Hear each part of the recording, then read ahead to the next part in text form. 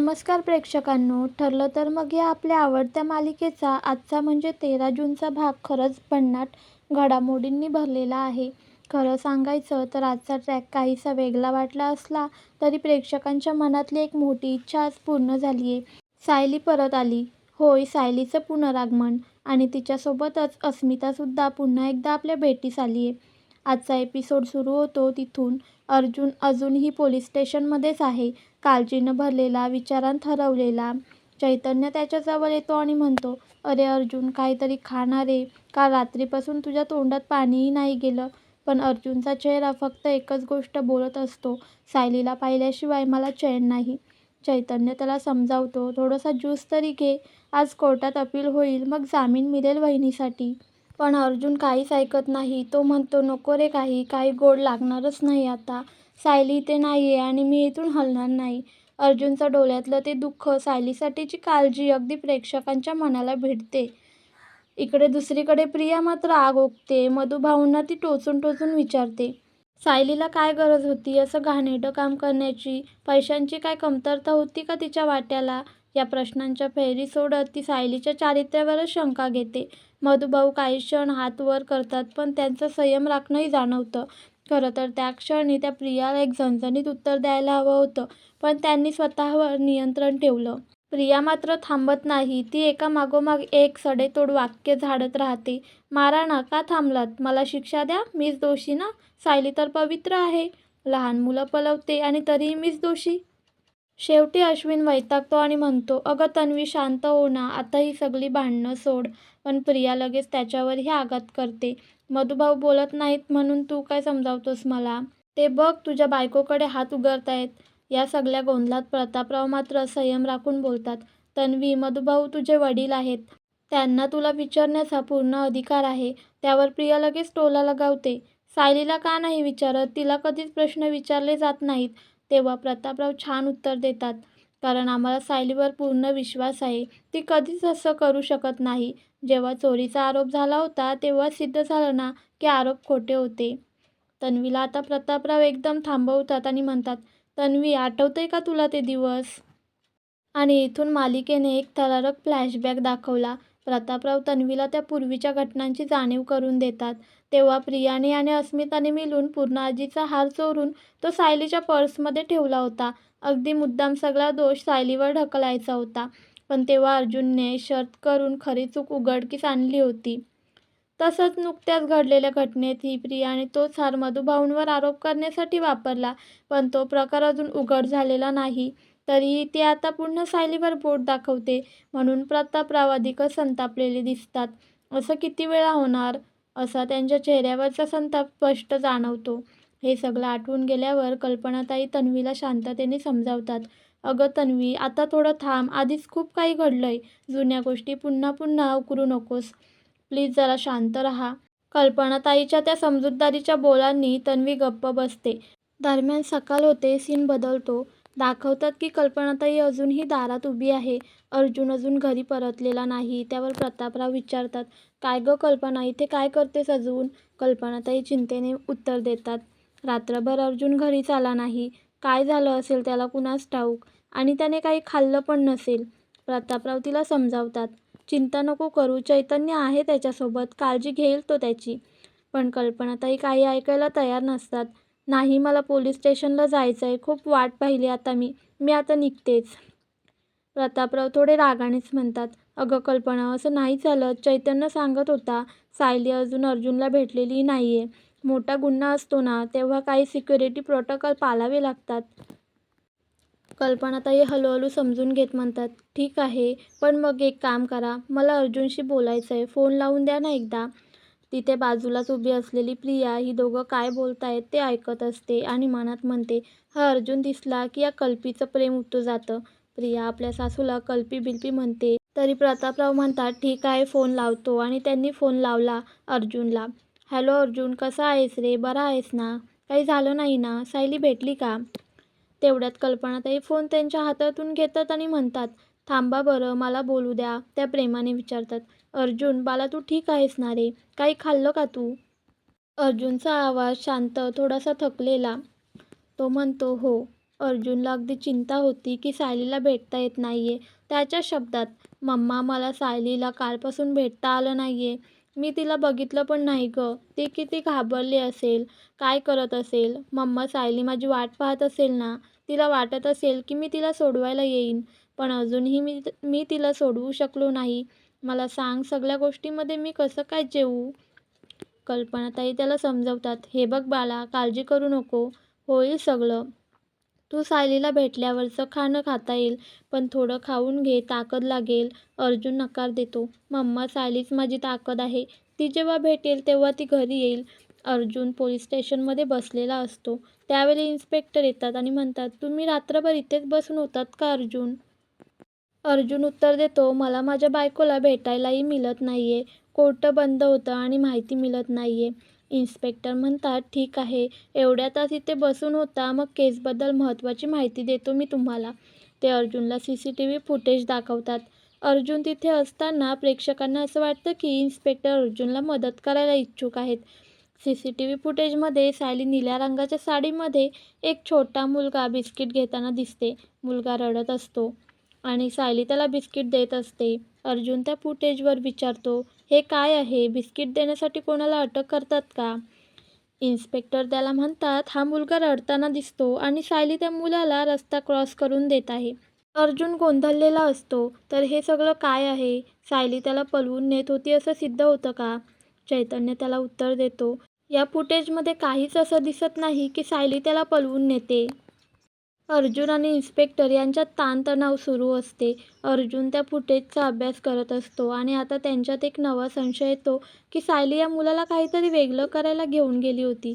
प्रेक्षकांना आता कुतूहल वाटतं की सायलीच्या या वागण्यानंतर काय होणार आहे. अर्जुनला सायलीच्या वागण्या आणि घटनांबद्दल संपूर्ण शंका आहे, पण त्याला पाहिजे असलेली माहिती आणि त्याची चिंता वाढते आहे. पोलिसांकडून त्याला CCTV फुटेज मिळालं आणि यावरून एक नवा वळण आला आहे. पुढे काय होईल याचे उत्तर आता येणार आहे. इन्स्पेक्टर अर्जुनला सांगतो, "हा मुलगा गायब झालाय आणि त्याला शेवटचं भेटलेली व्यक्ती म्हणजे सायली." हे ऐकल्यावर अर्जुन शांतपणे म्हणतो, "म्हणजे फक्त संशयावरून तुम्ही माझ्या बायकोला मुलं पळवण्याच्या आरोपाखाली अटक केली?" अर्जुन संतप्तपणे इन्स्पेक्टरला विचारतो, "तुम्ही फक्त संशयावर माझ्या बायकोला अटक केलीत काय? याला काय अर्थ आहे?" इन्स्पेक्टर उत्तर देतात, "अहो, अशा भोळ्या-बाबड्या दिसणाऱ्या बायकाच मोठे गुन्हे करतात." अर्जुन लगेच प्रत्युत्तर देतो, "हो का? मग आता या गोष्टीचं उत्तर तुम्हाला कोर्टात द्यावं लागेल. माझी सायली त्या मुलाशी काय बोलली हे सगळं मी शोधून काढणार. हे CCTV फुटेज कुठलं आहे ते सांगा." इन्स्पेक्टर कळवळून म्हणतो, "हे फुटेज होलकर चौकाजवळच्या सिटी हॉस्पिटलच्या बाजूचं आहे. पण मी यापुढे काहीच सांगू शकत नाही."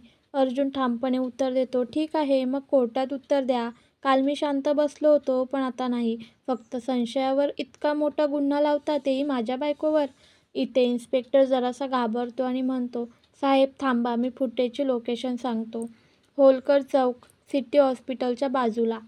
हे ऐकताच अर्जुन लगेच तिकडे रवाना होतो. दरम्यान दुसरीकडे घरात प्रतिमाताई अजूनही सायलीसाठी रडत असतात.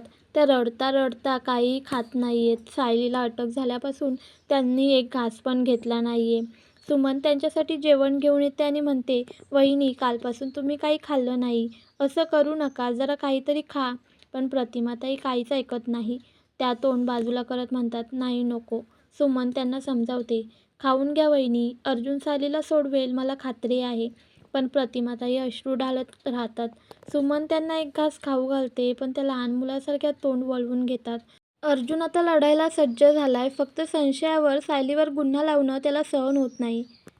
पोलिसांकडून फुटेजचं लोकेशन मिळालं आहे. पुढचा टप्पा तिथेच. दुसरीकडे प्रतिमाताई सायलीसाठी तडफडत आहेत. त्यांचं प्रेम मन हेलावून टाकतं. प्रतिमाताई अजूनही सायलीसाठी तडफडत आहेत. सुमन त्यांना आग्रह करते, "वहिनी, काहीतरी खा ना. अर्जुन सायलीला सोडवून आणणारच आहे." पण प्रतिमाताई डोळ्यांतून अश्रू ढाळत म्हणतात, "नको सुमन, तोवर माझी सायली निर्दोष सुटली आहे हे मला कळेपर्यंत मी एक घासही खाणार नाही. काहीच गोड लागणार नाही गं मला. नको करूस आग्रह." आता सीन कट होतो आणि थेट अर्जुनकडे. अर्जुन आणि चैतन्य सिटी हॉस्पिटलजवळ पोहोचतात. अर्जुन आजूबाजूला नजर फिरवतो आणि एका खांबावर लावलेला CCTV कॅमेरा त्याच्या लक्षात येतो. तो लगेच म्हणतो, "ए चैतन्य, बघ, तिकडे कॅमेरा आहे. हेच ते ठिकाण." इथेच सायली त्या मुलासोबत बोलत होती. हेच ते फुटेज असणार. ते लगेच परिसरात चौकशी सुरू करतात. अर्जुन विचार करतो, इथे काल कोणाला सायली दिसली का? काही माहिती मिळते का ते पाहू. अर्जुन एका बर्फवालीकडे जातो. आधी तिच्याकडून पाण्याची बाटली घेतो आणि मग विचारतो, ताई तुमची गाडी इथेच असते का दररोज? ती उत्तर देते, हो साहेब, सकाळी 8 ते रात्री 8 पर्यंत इथेच असते. अर्जुन विचारतो, तुम्हाला माहिती आहे का, काल इथून एक मुलगा गायब झाला. काही लक्षात आलं का? ती बाई थोडी नजर चुकवते आणि चैतन्य लगेच ते लक्षात घेतो. अर्जुन मग सायलीचा फोटो दाखवतो आणि विचारतो, ही बाई इथे दिसली होती का काल? हे फुटेज बघा, नीट पहा. पण ती बाई म्हणते, मला काही माहीत नाही. आणि तुम्ही पोलीस आहात का? अर्जुन शांतपणे पण ठामपणे उत्तर देतो, पोलीस नाही आम्ही, पण जर खरं नाही बोललात तर तुमची गाडी बंद करायला आम्हाला वेळ लागणार नाही. हे ऐकून ती बाई थरथरते आणि सगळं कबूल करते. साहेब, मी काही केलं नाही, पण हो, हा मुलगा माझ्याकडेच आहे. हे ऐकून अर्जुन आणि चैतन्य दचकतात. अर्जुन म्हणतो, काय? तुम्ही त्याला किडनॅप केलं होतं का? ती बाई घाबरून म्हणते, नाही हो साहेब. अहो, मी कशाला किडनॅप करीन? मी लगेचच नवऱ्याला फोन करते, त्याला घेऊन येईल तो. ती लगेच तिच्या नवऱ्याला फोन करते आणि सांगते, त्या पोराला या इकडे घेऊन. लगेच. प्रेक्षकांनो, ही सगळी सीन बघून असं वाटतं की महिपालचं प्लॅनिंग खूपच कच्चं होतं. जर सायली खरोखर निर्दोष आहे तर तिच्यावर एवढा मोठा गुन्हा लावणं चुकीचं ठरतं. पण तरीही अर्जुनने जिद्दीने चौकशी करून सत्य बाहेर आणलंच. प्रतिमाताईंचं सायलीवर अतूट प्रेम त्या काहीच खात नाहीत. अर्जुनने चौकशी सुरू करून मुलाचा ठावठिकाणा लावला. मुलगा एका बर्फवालीकडे सापडतो, पण सायलीचं नाव अजून स्पष्ट नाही. पुढे अजून धक्कादायक खुलासे होणार हे निश्चित. त्या बर्फवाली बाईचं सत्य हळूहळू बाहेर येतं. ती थरथरत अर्जुनला सांगते, काय सांगू साहेब, आम्ही त्या पोराला ओळखतसुद्धा नव्हतो. काल 2 गुंड आले, त्यांनी मला धमकावलं. म्हणाले, हे पोरगं तुझ्याकडे ठेव, नाहीतर परिणाम भोगशील. आम्हाला इतकी भीती वाटली, काहीच समजत नव्हतं. अर्जुन आणि चैतन्य आश्चर्यचकित होतात. तेवढ्यात तिचा नवरा तो मुलगा घेऊन येतो. अर्जुन त्या पोराला जवळ घेतो आणि विचारतो, ठीक आहेस ना रे बाबा? काही लागलं नाही ना तुला? तो मुलगा फक्त मान हलवून हो म्हणतो. अजूनही घाबरलेला असतो तो. बाई लगेच सांगते, साहेब, हाच तो मुलगा. आणि मी त्या गुंडाला म्हटलं सुद्धा, का पोराच्या जीवाशी खेळतोयस? पण त्याने उलट आम्हालाच धमकी दिली. जर कुणाला काही सांगितलं तर कोथला बाहेर काढीन. अर्जुन तिला शांत करतो. शांत व्हा, काही होणार नाही तुम्हाला, मी आहे ना. आता तुम्हाला फक्त सत्य सांगायचं आहे. तो लगेच सायलीचा फोटो दाखवतो आणि विचारतो, ही बाई होती का त्या मुलासोबत? ती बाई म्हणते, हो साहेब, हीच होती. हिनेच त्या पोराला शांत केलं होतं. तो मुलगा रस्त्याच्या कडेला रडत होता. ही बाई आली आणि त्याला थोडा धीर दिला. मग थोड्या वेळात तो गुंड आला आणि पोराला घेऊन गेला.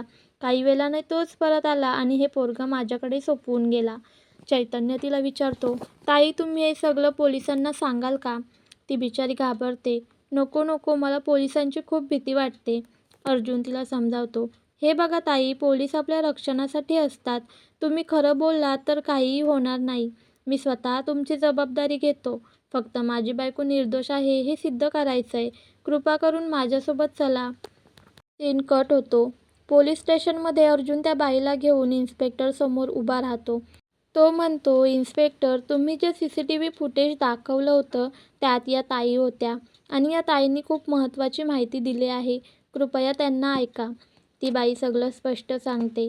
साहेब, या फोटोतल्या बाई म्हणजे या साहेबांच्या बायकोनं काहीही केलं नाहीये. त्या पोराला त्यांनी काही पळवून वगैरे नेलेलं नाही. उलट त्यांनी त्याला शांत केलं होतं. त्या गुंडानंच पुढे येऊन या मुलाला माझ्याकडे दिलं होतं. अर्जुन पुढे म्हणतो, हे बघा, ही माझी मिसेस आहे सायली, आणि हा मुलगा तिच्याकडे अजिबात नव्हता. ती फक्त त्यावेळी त्याला समजावत होती. हे फुटेजवर स्पष्ट आहे. इन्स्पेक्टर मग विचारतो, पण त्या सीनमध्ये त्या ताई होत्या याची खात्री आहे का?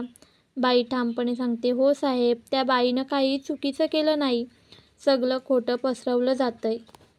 प्रेक्षकांनो, हे पाहून आता सगळ्यांना एकच दिलासा मिळतो. सायली निर्दोष आहे आणि अर्जुनच्या प्रयत्नांनी अखेर सत्य बाहेर आलं आहे. त्या बाईने दिलेली साक्ष सायलीला वाचवणार आहे. काय होईल पुढे? महिपत आणि त्याच्या कट कारस्थानाचं काय?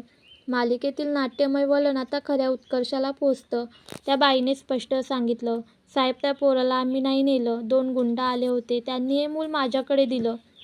ही साक्ष स्पष्ट असूनही इन्स्पेक्टर तुच्छतेने म्हणतो, काय सुभेदार साहेब, खोटे साक्षीदार घेऊन येता? बायकोला वाचवण्यासाठी काहीही करता तुम्ही? एवढा मोठा वकील असून खोटेपणा?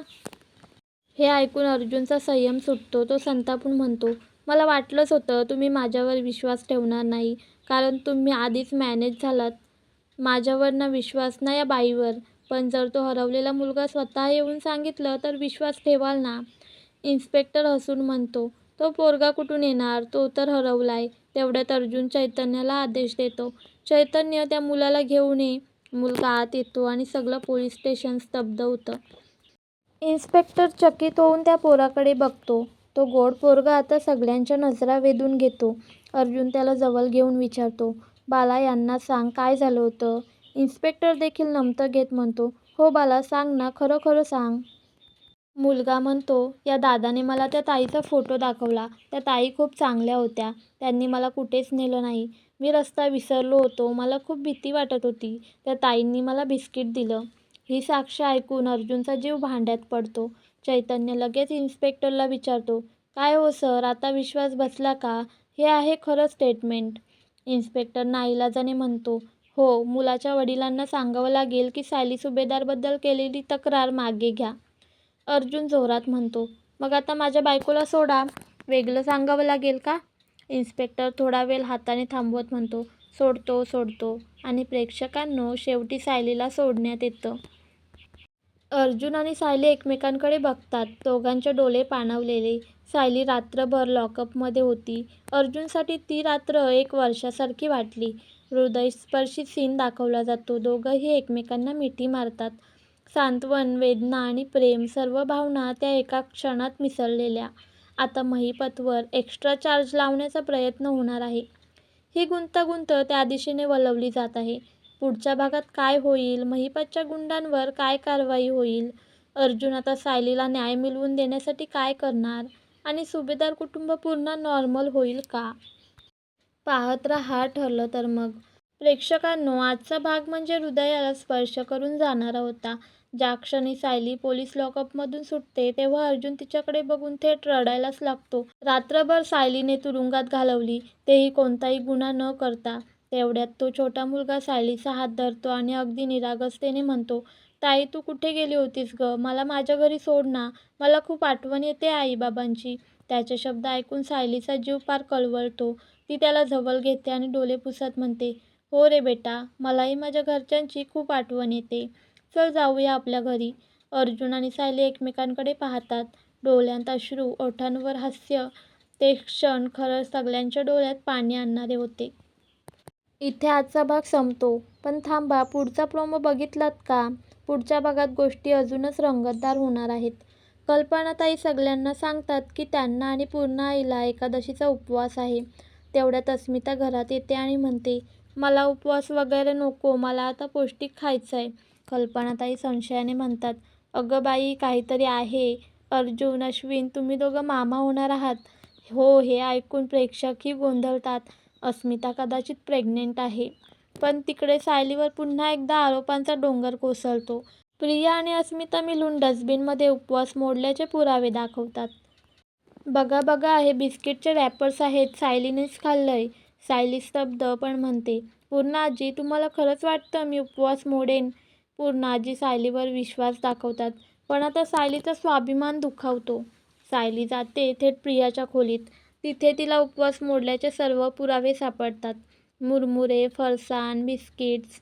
ती जोरात सगळ्यांना बोलवते आणि घोषणा करते, उपवास मी नाही, तिने मोडलाय. कल्पनाताई मात्र पुन्हा सायलीला सिद्ध करून दाखवण्यास सांगतात. आणि आता 17 जूनच्या प्रोमोनुसार अर्जुन, सायली आणि चैतन्य मिळून एका नव्या मिस्ट्रीत उतरतात. जिथे एक सोन्याच्या पेंडेंटचा तुकडा सापडतो आश्रमात, जो महाडिक नावाच्या स्त्रीचा असतो. आणि प्रेक्षकांनो, तोच ट्रॅक कदाचित महिपतच्या बायकोकडे घेऊन जाईल. म्हणजे आता सुरू होणार आहे एका जुन्या सत्याचा शोध. सायली, अर्जुन आणि चैतन्य या तिघांवर एक मोठं रहस्य उलगडण्याची जबाबदारी. आता तर अस्मितासुद्धा परत आली आहे. म्हणजे ड्रामा, डाव आणि धमाका यांचं तुफान सुरू होणारच. तर प्रेक्षकांनो, आजचा भाग तुम्हाला कसा वाटला कमेंट करून नक्की सांगा. आणि हो, अजून असेच एपिसोड समरी पाहायचे असतील तर माझ्या चॅनलला सबस्क्राईब करायला विसरू नका. धन्यवाद. उद्या पुन्हा भेटूया नवीन भागासोबत. ठरलं तर मग